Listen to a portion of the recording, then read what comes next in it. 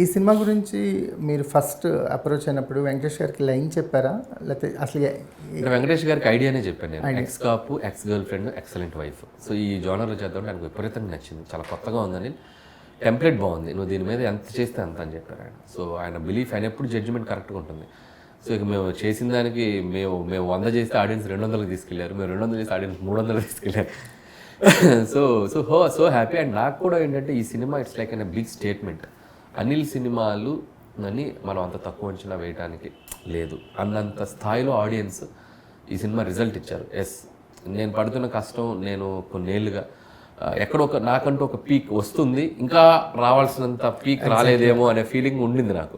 బాగానే ఆడుతున్నాయి, ఇంకా బెటర్గా ఆడాల్సి సీజన్ లాకనో లేకపోతే ఇప్పుడు భగవంత్ కేసరి టైంలో ఒక మీరు రాజా దిగ్గప్పుడు కూడా సీజనల్ ఎఫెక్ట్ ఉండటం వల్ల F2 తర్వాత సరిలేరు తర్వాత, సో 2 సినిమాలు F3 భగవంత్ కేసరి అనుకున్న. Bhagavanth Kesari talk wise extraordinary, but result wise extraordinary. Revenues ఇంకా బాగా చేయాల్సిన సినిమా అది మేబీ ఇందాక చెప్పినట్టు అప్పుడున్న పార్టీ ఉన్న పరిస్థితులు అవ్వచ్చు.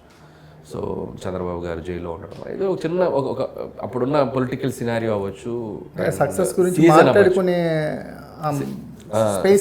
సీజన్ అవ్వచ్చు, అది కొద్దిగా తగ్గించింది అనిపించింది. లేకపోతే ఆ సినిమా స్టాండర్డ్కి ఇంకా ఎక్కువ కలెక్ట్ చేయాల్సిన సినిమా భగవంత్ కేసరి. సో అన్నిటిది ఈ సినిమా తీర్చేసింది నాకు. సంక్రాంతికి వస్తున్నాం ఏంటంటే ఇది ఏదో 150 crores చేస్తే చాలే అనుకున్నాను నేను, గ్రాస్ F2 లాగా.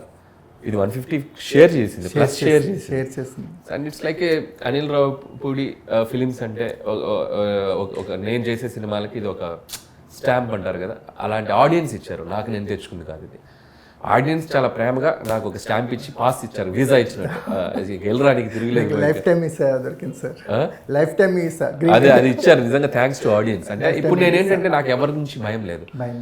నా సినిమా రిలీజ్ అవుతుంటే ఎవరన్నా ఏదన్నా అంటారనే భయం లేదు, ఎవరన్నా ఏదన్నా చేస్తారనే అనే ఫీలింగ్. ఇంతకుముందు కొద్దిగా ఆ చిన్న ఫీలింగ్ 10% ఉండేది, ఇప్పుడు అసలు ఆ ఫీలింగ్ లేదు. ఎందుకంటే audience are there for me, they can watch. వచ్చిన మార్నింగ్ షో వరకైనా వాళ్ళు రాగలరు, అక్కడికి వస్తే నేను ఏదో మ్యాజిక్ చేయగలను అనే ఒక ఫీలింగ్. సంక్రాంతి వస్తున్నాం రిలీజ్ ముందు ఉందా, భయం ఉందా? లేదండి, సంక్రాంతికి వస్తున్నాం కంటే ఇప్పుడు 8వ ఫిలిం ఇది నాకు, 8th film, continuous 8th success. రాను ఆ భయం తగ్గుతూ వచ్చింది. సంక్రాంతి వస్తున్నాకైతే అంత లేదు, బట్ నాకు ఎవ్రీ ఫిలింకి ముందు రోజు నైట్ నేను ఒక దారుణమైన షెల్లోకి వెళ్ళిపోతాను. ఎంత అద్భుతంగా తీసిన ఫిల్ము, ఆ ముందు రోజు నైట్ నిద్ర పట్టదు, వణుకుపోతుంటాను, షివర్ అవుతుంటాను 4 గోడల మధ్య. అంటే ఇంత సక్సెస్ స్ట్రీక్ ఉన్నాం కదా, ఆ సక్సెస్ని మనం నిలబెట్టుకోగలమని ఒక భయం. ఆ భయం మేబీ భయమే మీ సక్సెస్. అది ఉండటం వల్ల ఏంటంటే నెక్స్ట్ రోజు మార్నింగ్ షోకి వెళ్ళి ఆడియన్స్తో కూర్చొని అమ్మయ్య పాస్ అయిపోయావరా అనుకుంటే చాలా. నాకు ఆ తర్వాత వాళ్ళు ఎంత ఇచ్చిన నాకు బోనస్. ఇంటర్వ్యూలో మీకు ఫోన్ చేసాం.